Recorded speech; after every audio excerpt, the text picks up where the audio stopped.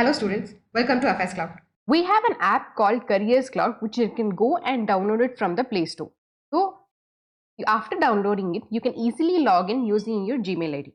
Once you have logged in, you will be redirected to a home page which contains 4 tabs beneath it. One is Home, the other is All Courses, next is My Courses, and the last one is a Doubt Session. So under All Courses, you can access various types of courses like Reasoning, Quant, English, and also exam specific courses can also be accessed under this All Courses. If you click this Crack Current Affairs, you will be redirected to this page. So under this, you can see various tabs that are available. So here, if you see, the current affairs will be available in English medium, this under Hindi medium, and here banking awareness, we will provide you the monthly compilation of the banking news and current affairs exam PDF, and also special current affairs which includes mainly the budget, the union budget, the economic survey, which is very important from the exam perspective. And this is topic wise content where that topics news related to the specific topic, they will be combined together and provided to you. For example, see appointments. All the appointments in that particular month will be combined together in a specific place. And similarly, in case of banking, economic news, so all will be combined together. So this will be easy for you to relate to each other news. Next, you can access the daily current affairs on a daily basis, weekly basis, and also on a monthly basis. So after reading the weekly or the daily news, you can also attend our quiz in order to strengthen your knowledge. Under the monthly current affairs, if you see, there are 2 types of PDF that are available. One is the pocket PDF, the other one is the normal PDF. This pocket PDF will give you a brief content of our current affairs, and this will provide you a detailed analysis of the current affairs. So it is always preferable to read this detailed analysis and then have a go through of this pocket PDF. Next is that we also provide you the PIB news apart from the current affairs. So you can go and access our PIB news on a daily basis from this part. And as I mentioned, this special CA covers very special topics like budgets and economic survey. After reading the content provided in this PDF, you can go and attend the quiz given below. And next is the exam perspective PDF. So if you see IBPS PO Mains, IBPS RRB Clerk, SBI Clerk, so these are all exam perspective PDF. So if you go and check, these PDF will contain around 5 to 6 months of the current affairs, which has high chances of high chances of being asked in this SBI Clerk Mains exam. So it is very useful to go and read this PDF from an exam perspective point. Today, we will be covering September 4th week banking and finance awareness news. Moving to the first news. The first news is about PFRDA, that is Pension Fund Regulatory and Development Authority. So that, if you see, it has developed or introduced a new framework called Multiple Scheme Framework. So this is exclusively available only for the non-government sector subscribers. So if you are a government employee and if you have subscribed to this PFRDA scheme, then you cannot have this multiple scheme framework. Okay, first of all, what is this multiple scheme framework? So currently, if you see, a subscriber could operate only a single investment choice per tier and also be associated with one CRA only. So we know that under the NPS, there are 2 tiers, right? Tier 1 and tier 2. So tier 1, if you see, you have to hold that account until retirement. Only at the age of retirement, you can liquidate it, right? So, but under tier 2, if you see, it is voluntary. So you can buy and you can sell the tier 2 funds at any point of time, but tier 1, it is locked for a certain period of time. Okay. So only when you have a tier 1 account, you can open a tier 2 account. So under tier 1 account, there are a lot of pension funds. And this pension funds, they issue a lot of schemes. Okay, that is the investment choice. So under one tier 1, you can invest only in one scheme. Okay, this is the earlier structure I am telling. There is a change in this structure. Earlier structure, if you see, you can invest in only one scheme under the tier 1 and only one scheme under the tier 2. Okay, and you can have your account only in one CRA. CRA is what? CRA is nothing but Central Record Keeping Agency. Okay, so if you know, if you open an account with the NPS, you will have one PRAN associated with each and every subscriber. Okay, PRAN is nothing but PRAN, which means permanent retirement account number. Okay, so this is unique for each subscriber. So each subscriber will be associated with PRAN, and whatever schemes he does invest, that will be associated with this PRAN. Okay, so those all details are stored in the CRA. That is your PRAN number. How much have you invested? What is your portfolio value? What scheme have you invested? All that details, every month at what date you have made that investment, all that details are stored in the CRA. Previously, if you see, one person can open only one CRA, but now if you see, one person can be associated with multiple CRA. Okay, if he wishes, he can be associated with multiple CRA. And similarly, this new thing is that previously they can invest only in one scheme, but now they can invest in multiple investment choice per tier. So if they want, they can invest in scheme 1 and also scheme 2 under tier 1. Okay, but this is allowed only for the non-government sector employees. Okay, not for the government sector, only for the non-government like the corporate or the private peoples, only they can go and invest in the multiple scheme. Okay, this multiple scheme framework is only for the non-government employees. Remember that.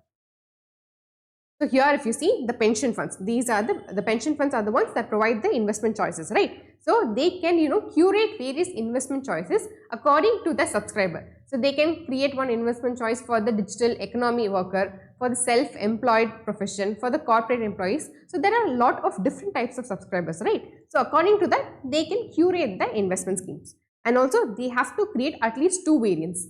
One is the moderate variant and the second is the high risk variant. So high risk variant, if you see, 100% equity can be invested. So if a high risk variant scheme is created, then 100% money will be invested in equities. Previously, if you see, only 75% was invested in equities, remaining 25% either in the treasury bills or in the bonds. Okay, this is to reduce the risk. But here, under this multiple scheme framework, high risk variant is there that allows you to invest 100% of your money into equities. Okay, and in future, if the pension funds want, they can also launch low risk variants also in future. Okay, if they want. But now if you see, at least 2 variants, that is moderate variant and high risk variant must be present. Next is switching schemes. Okay, say a person is there, he has invested under one scheme under this multiple scheme framework. Okay, scheme 1. There are, suppose there are 3 schemes or 4 schemes available. After some time, he is not happy with that scheme. Okay, he is not happy with the performance of the scheme. He wants to switch. Okay, in that case, he can switch only to the old schemes of the pension fund. Okay, not to another scheme under this multiple scheme work. He cannot switch to 2, 3, 4. He can switch only to the schemes that is present in the old pension fund. Prior to the scheme framework, what were the schemes introduced by the pension fund? To that scheme only he can switch. Okay, until the vesting period. So there is a waiting period. Vesting period is nothing but a waiting period. Okay, so there is a waiting period of 15 years. Say he has invested in the scheme 1 for 3 years only. Then he can switch only to this old pension fund scheme. Okay, say he has been invested in this scheme for 18 years. So he has crossed this 15 years of waiting period or vesting period. Then he can switch to scheme 2 or scheme 3 or scheme 4 that is available under this multiple scheme framework. Okay, remember, if it is before the vesting period, then he can switch to only old pension fund scheme. If it is after the vesting period, that is he has completed the vesting period, then he can switch to any other scheme under the multiple scheme framework. Okay, this vesting period, if you see, it is compulsory for tier 1 but optional for tier 2. Okay, compulsory for tier 1. This vesting period of 15 years is compulsory for tier 1 but optional for tier 2. Okay, so this is the multiple scheme framework. Okay, this now will attract a lot of investors because people at a young age, they want to invest 100% of their money in schemes that provide 100% equity. They want to take chances. Okay, they want to make aggressive investments because they are at their young age, like 25, 35 and all. They can take risk, right? So they prefer funds that invest 100% of their money in equities because they believe that when you invest 100% of the equity, 100% of your money in equity, you get more returns. So now we are at young age, so we prefer such schemes. So now this is being provided under the multiple scheme framework. Okay, you've understood? Next is NIPL, that is NPCI's international arm. Okay, NIPL and QNB, Qatar National Bank, they have rolled out this QR based UPI services. So this will be available for the Indian travelers in Qatar. Okay, say suppose there is a merchant in Qatar. And there's an Indian traveler who goes. He or she buys something from the merchant. So if they want to make payment, they can use their UPI, they can scan, okay, and they can instantaneously pay the amount to the Qatar merchant. Okay, instantaneously the conversion will take place. So how much ever is the Qatar money in Indian rupee, okay, that will as per the prevailing forex rate, it will be converted and will be credited to the Qatar merchant. Okay, this will happen instantaneously. So for now, if you see this UPI option, it will be rolled out in phases only. Okay, so first it will be available for the duty free shops. Duty free shops, okay, for that, in that shops, first this option will be available. Next, in next upcoming phases, it will be available for all the merchants in the Qatar. Okay. Next is RBI allows standalone traders, standalone primary dealers to trade in rupee non-deliverable derivative contract. Okay, rupee non-deliverable derivative contract. Now, first of all, what is this standalone primary dealers? Okay, primary dealers are nothing but they are entities that are allowed by the Reserve Bank of India to buy and sell government securities. Okay, they are basically, if you see, they are market makers. They increase the liquidity of the government securities in the market. So, for example, I am telling you, there is a person A. Okay, he wants to sell his government security maybe at 50 rupees. Okay, this is just for an example I am telling. At 50 rupees, he wants to sell the government security. There is a person B. He wants to buy the government security at 46 rupees. Okay, so he wants to sell it at 50, but he wants to buy it at 46 rupees. So now this primary dealer will come into picture. He will tell that I will buy it from you, okay, at 47 rupees. Okay, here he will tell that I will sell it to you at 47.5 rupees.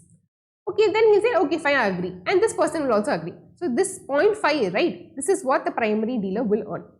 So now here, if you see, the primary dealer mainly connects the person who is willing to buy and person who is willing to sell government securities. So it is a market maker. It creates liquidity in the market. Okay, so this is what is the primary function of the primary dealer.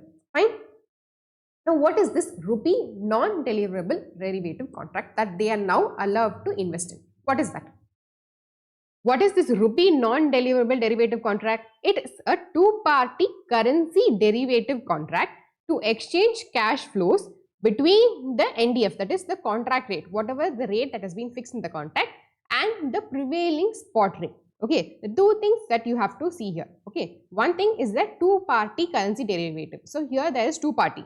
Since this is a rupee non-deliverable derivative contract, so one party will always be Indian rupee. Okay, one currency will always be Indian rupee.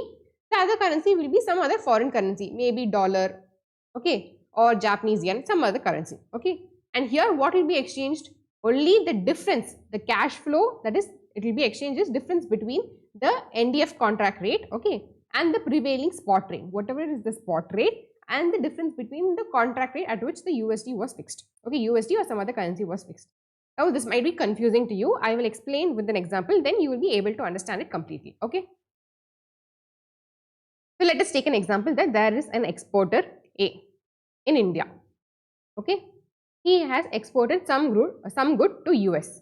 So, he is expecting after 3 months the payment he will receive, that is around 1000 USD. Okay, the payment that he is going to receive after 3 months is 1000 USD.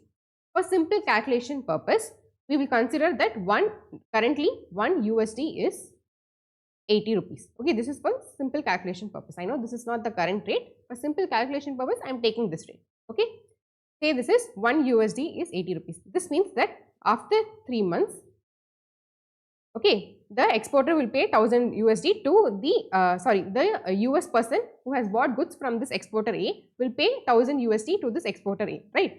So, A will get 1000 USD, he will go to the market, if he converts, he will get how much? 80 into 1000, that is, he will get 80,000 rupees, okay, after 3 months. If the USD still remains 1 USD is equal to 80 rupees. He is worried that what after 3 months, 1 USD, it goes down to 70, that is if the rupee strengthens, okay, USD, that is the USD becomes cheaper and the rupee strengthens. Then what will happen? If he goes to the market with that $1000 that he had received from USA, how much he will get? 70 into 1000, only 70,000 he will get, right? So this is a loss for him. So he is worried. So what he does is that he gets into this contract. He buys this contract. Okay. Now there is two scenarios. After 3 months. Okay. In this scenario, if you see the contract size, if you see 1 USD, he told that after 3 months, he got into a contract. He told that after 3 months, I will sell my 1 USD for 80 rupees. Okay. Because after 3 months, he will get 1000 USD. I will sell it at 1 USD is equal to 80 rupees. Okay.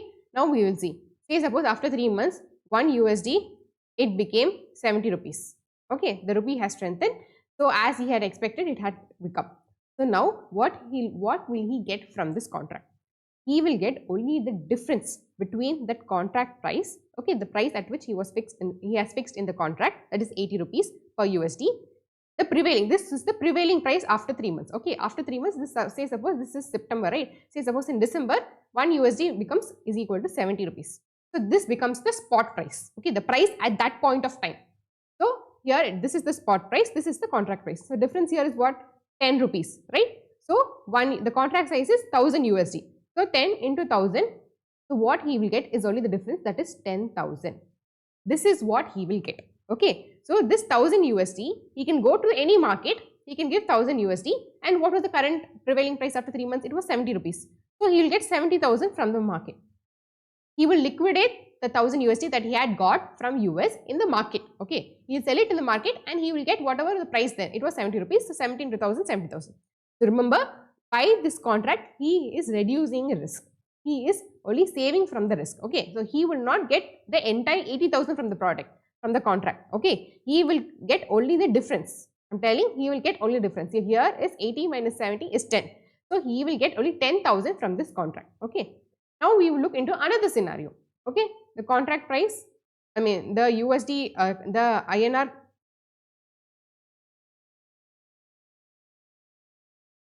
the USD and the INR conversion rate, it was fixed at 80 rupees, okay, in the contract. What if 1 USD had become 90 rupees? So here if you see, it is a loss for the exporter, right? So here the exporter has to pay how much? 10, the difference, 10 into 1000, 10,000. Okay, here the exporter has to pay 10,000. In this case, the exporter gets 10,000 from the contract. But here the exporter has to pay 10,000 to the contract, and remaining this 1000 USD, whatever he gets, he will go and liquidate, sell it in the market and get 90,000. Okay, that is a different scenario that you don't have to. From the contract, how much will he get or how much he should pay? Okay, depending upon the price movement, either he has to pay or he will get money. Okay, this is how this works. Okay, now if you see the standalone primary dealers, they can participate in this trade of these contracts. Previously, they were not allowed to participate in the trade of these contracts. Now they are allowed to participate in the trade of these contracts. Okay, you understood what this contract means? Fine. Next is a new account that has been launched by the Bank of Baroda. It is called the Bob Aspire NRE Savings Account. Okay, this is for the NRI people. It is a non-resident external. So here if you see, generally if a person wants to open an NRE account, he has to go abroad. Okay, he has to submit the proof that he is living there. Okay, and also the passport with the immigration stamp that he has gone there, he has immigrated there. That, and then only this account can be opened. But now to make it even more easier, the thing is, even when the person is residing in India itself, before departure, that person can open an NRE account. But it will be opened in the form of an inoperative mode. Okay, it will be opened in the inoperative mode, and then it will become fully operational when that person submits the overseas address proof. He is residing outside, that address will be there, right? So that address proof has to be submitted, and also the passport with the immigration stamp, that is, he has moved here, that stamp will be there, right? So these two things has to be submitted, and only then it becomes fully operational. Okay, so this is even more easier, right? When you are present itself, you are finishing the problem. First, when you go there, you have to post it or you have to send the documents. There might be some confusion also there. But here in person, you go to the bank, you open it. It is even more convenient and easier for that. For that purpose, this Bob Aspire NRE new type of product was launched by the Bank of Baroda. Now, if you see, the quarterly average balance to be maintained by these account holders is 10,000 rupees. Okay, the quarterly average balance is 10,000 rupees.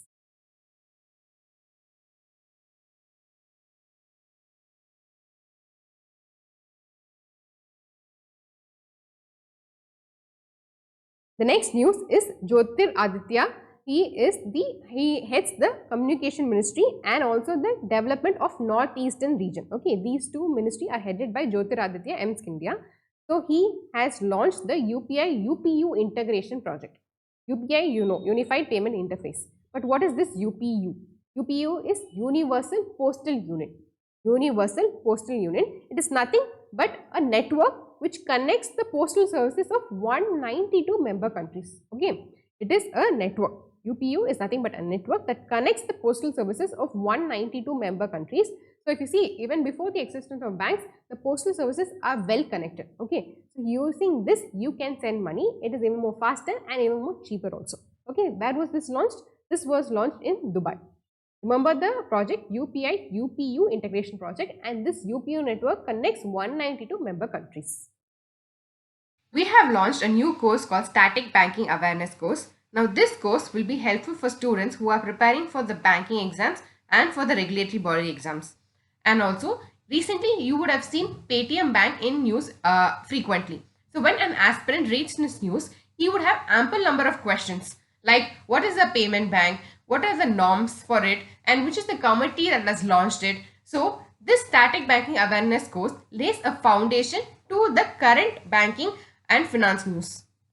Now you have to download our Careers Cloud to access this course. Once you have logged into our app, you can go and click this all courses icon, and then you'll be redirected to this page. In this, you have to go and click the static banking awareness course, and under the details tab, you will be able to see a brief about this course. And under the part tab, it will contain all the contents, all the topics of the contents that are currently available in this course. We are working on this continuously, and this will be completed within 2 months. Under the free tab, you can go and access one content, that is the origin and development content, for free. You can go and read this content and have an idea about this course. After reading this content, do attend the quiz that is also available under the same tab. Now, our team has allocated ample amount of time and resources to curate this content. We have created this content from various books and from various verified websites. Our content is better than any book that is available in the market. This is because we update this content on a dynamic basis. For example, there are currently 39 DRTs that are available in the country now. In future, if one more DRT is created or added, then it would become 40. So we would update this content on a dynamic basis. But in case of books, you have to wait for the next publication for this updated content. Nowadays, a lot of practical questions have been asked in the banking exams. For example, how many public sector banks are available on the stock exchange? Which is the payment bank that is being listed on the stock exchange? So, we try to cover as many practical questions as possible in this course. Apart from this, we also provide you a question bank that will contain around 3000 questions and the previous year questions along with it. We also have a dedicated tab that will release the important RBI notification and the frequent news released by the RBI. The next news is about RBI authorization. The DBS Bank India, which is a wholly owned subsidiary of the DBS Bank, which is based in Singapore. Okay, so it has received approval from RBI to act as an agency. Okay, to act as an agency bank to collect the GST payments. If you see, generally banks, they can accept payments, they can give deposits, they can accept deposits, they can give loans and all. But this GST payment or the income tax collection and all, if you see, it is a government related activity, right? For that, you need separate authorization from the Reserve Bank of India. Other than the normal bank operations, for that you get authorization, obviously. Only after that you can start the banking business. But in order to do government specific transaction like GST, if you see, it is a government specific transaction. Similarly, income tax, for that separate approval should be required in order to start the business. Okay, not all banks in India, they act as agency bank. Only that have got approval to act separately as an agency bank do act. Okay, so only after getting the approval to act as an agency bank, they can collect GST payment. So basically, if you see, what will happen is that this DBS bank will submit application to act as an agency bank to the Reserve Bank of India. Then the Reserve Bank of India in turn forwards this application to the Ministry of Finance. So the Ministry of Finance gives approval and then the RBI gives approval. Okay, so this is how it works. After getting all this approval, this bank can act as an agency bank. So DBS Ideal Platform, the digital platform of DBS Bank India, it will provide smooth and efficient GST payment solution to the business. Through this platform, the GST payments can be done. Okay. Moving to the next news, the PhonePe has received approval from the Reserve Bank of India for what? To operate as payment aggregator.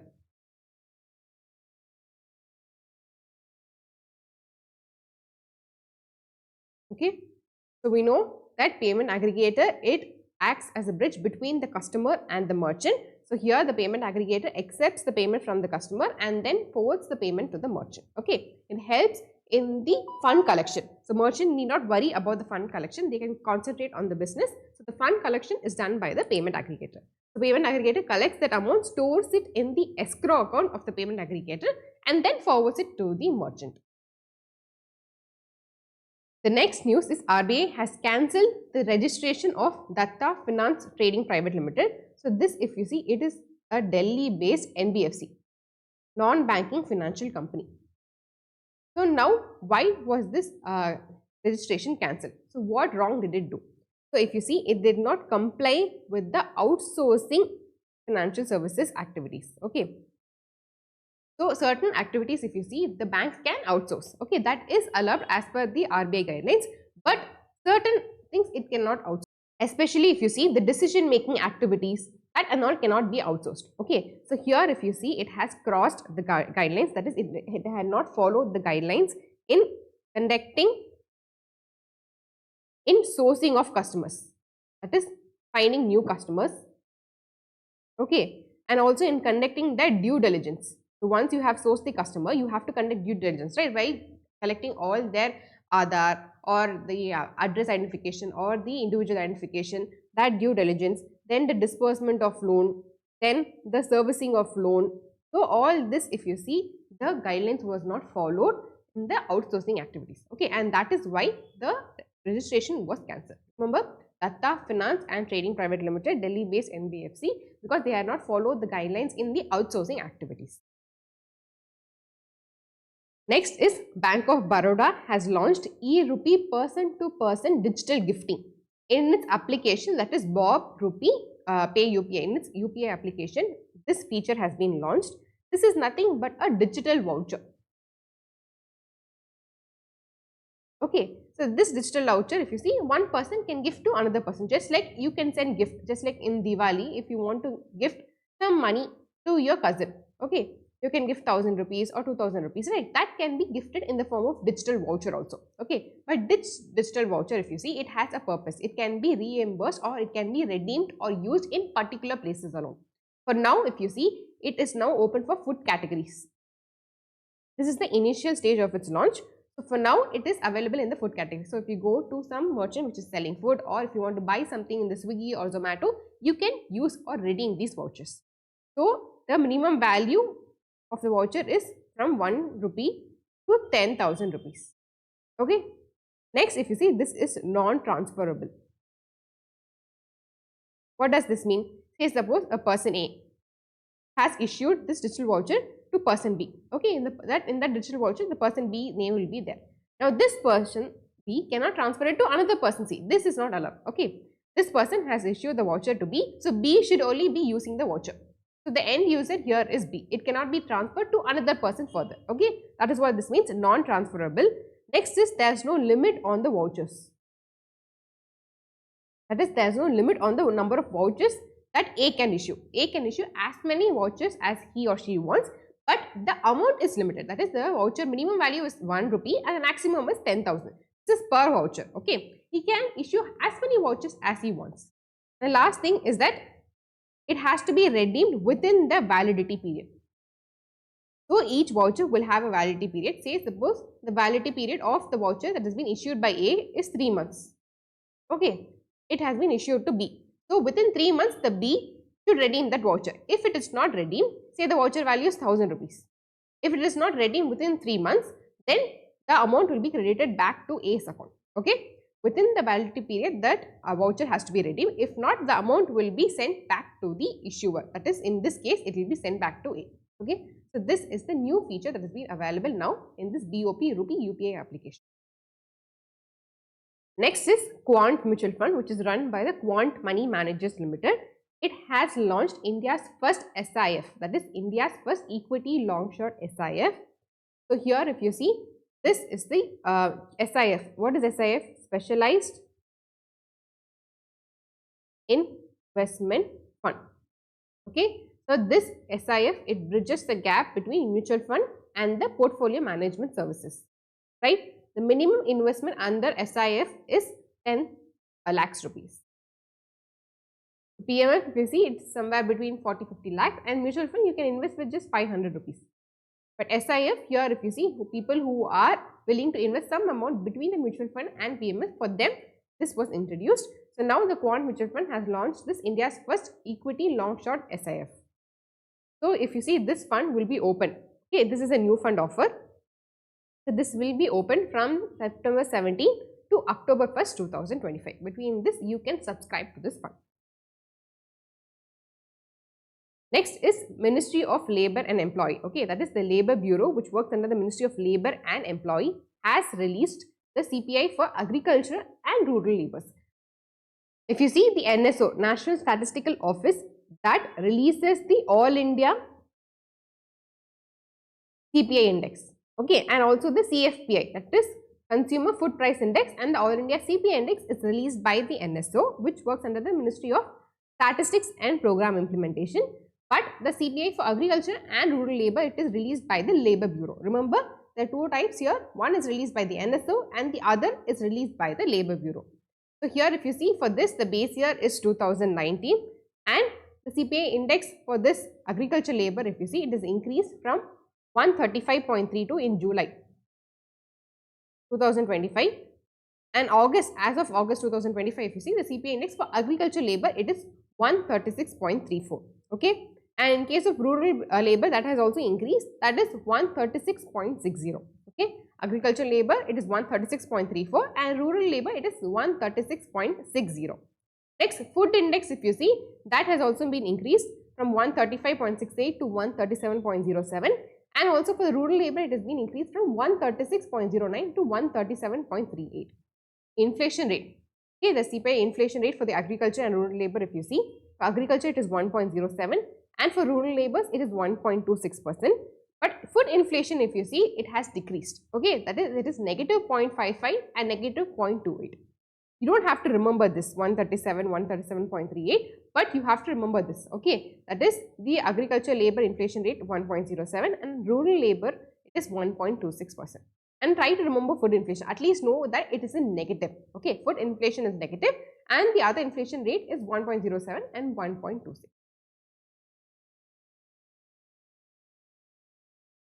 Next is Paytm Money has partnered with Jio BlackRock. Okay, so this is a joint venture between the Jio Financial Services Limited and the BlackRock. BlackRock is nothing but an asset management company based in America, a US based asset management company. So these two joint ventures is only Jio BlackRock. So together they have launched a fund that is India's first systematic active equity fund called the Jio BlackRock Flexi Cap Fund. So here if you see, this India's first systematic active equity fund, unlike the traditional funds. Okay, so this will use both AI and human expertise to understand the pattern and also to grab the best stocks and all. For that purpose, this AI and human expertise will be used, and that is why this is India's first systematic active equity fund. Okay. Next is Bank of India has partnered with CashInvoice. So CashInvoice is nothing but a supply chain finance technology firm. Okay. So what is the purpose? They have launched together Bank of India Trade Easy. So this basically, if you see, it is a platform that will provide instant working capital loans to the MSMEs. Okay. Provide instant working capital loans. For that, this platform has been launched. Who has launched it? Bank of India and CashInvoice together, they have launched this Bank of India Trade Easy platform. So here if you see, their banks, it aims to disburse around 1,000 crores in the working capital loan next 4 to 6 months. So in another 6 months, through this platform, they aim to disburse 1,000 crores, which will help around 2 lakh MSMEs nationwide. Next is about the GDP projection by OECD. So OECD, if you see, it had raised its GDP projection compared to the previous forecast. So recently, it has released its economic outlook titled finding the right balance in uncertain times. Okay. So here if you see, the recent projection is 6.7%. The previous forecast was 6.3%. The recent one is 6.7%. Okay. You don't have to remember the previous one. Just remember the latest forecast. OECD latest forecast for financial 26, it is 6.7%. Okay. And financial 27, if you see, it is 6.2%. Remember both. It is very important. 6.7% financial 26 and 6.2% for financial 27. Similarly, the inflation rate projection has also been released. This is India's inflation rate. Okay. Financial 26, it is 2.9%.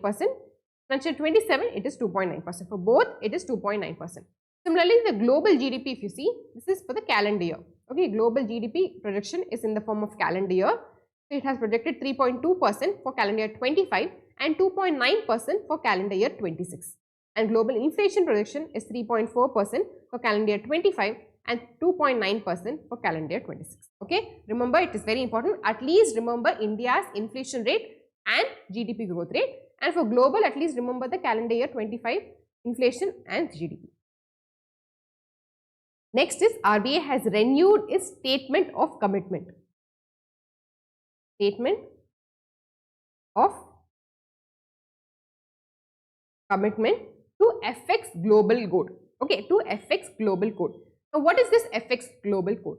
So, if you see, this is a set of principles. Okay, set of principles of good practice. Who follow these principles? The foreign exchange market participants. Okay, whoever conducts foreign exchange in their country, they follow it so that the participants are aware. Okay, a good practice is very important, right? A principles has to be followed in order to strengthen any market. So, if you see even the Basel norms. Okay, what are these? They are good practices or the principles that the banks have to follow to strengthen their banking system. So, this FX Global Code, if you see, it is not compulsory. Okay, it is not compulsory that the countries have to follow. But if you see, if they follow, it will strengthen their system and also it will attract investments also. So, when your system is strong, obviously the foreign investors will be like, okay, the system is strong, we can go invest our money will be safe there, right? Similarly, even Basel norms, if you see, it is not something that compulsorily the banks have to follow. But RBI has adopted it, and RBI that banks have to be in practice with the global standards. Okay, so for that we will adopt the Basel norms. For that, we will adopt the Basel norms and make the banks follow. Similarly, here also RBI has adopted to this FX Global Code and it is incorporating all the principles. So, this FX Global Code, if you see, it was developed by the FX Working Group, okay, in 2017. This FX Working Group is nothing but a collaboration between the central banks and the private sector market participants. Okay, the private sector market participants and the central bank together had developed this FX Global Code. Next is SEBI has raised the minimum net worth requirement that the custodians have to maintain is 75 crores. So, previously it was 50 crores. Now, they have to maintain at least 75 crores of net worth. Okay. So, this provision will come into force 6 months from the date of publication. Say suppose in September it has been published. So, from 6 months. So, by April